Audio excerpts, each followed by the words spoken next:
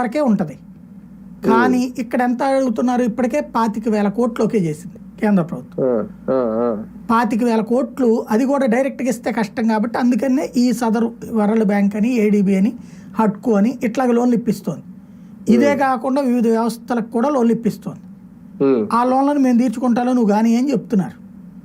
Immediate గా అసలు వడ్డీ కట్టక్కర్లేదు, ఇటుకి హ్యాపీగా పని చేసుకుంటా చెప్తున్నాడు. ఆ మధ్యన చెప్పారు కదా, అసెంబ్లీలోనే చెప్పారు కదా దానికి కట్టక్కర్లేదని.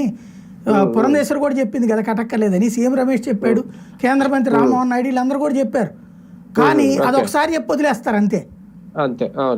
ఇక్కడ ఏమవుతున్నది, జనాలకి వీళ్ళేమో ప్రతిపక్షం ఏమో ఇదిగో దీని వడ్డీలన్నీ ఎవరు కడతారు, ఇంత అప్పు అంతా ఎవరు కడతారని. లెక్క ప్రకారం అయితే కనుక అప్పులు తీసుకోవడానికి కూడా మనకు లేదు ఇప్పుడు ఛాన్స్. ఎఫ్ఆర్బిఎం నిబంధనల ప్రకారం అయిపోయింది మన లిమిట్.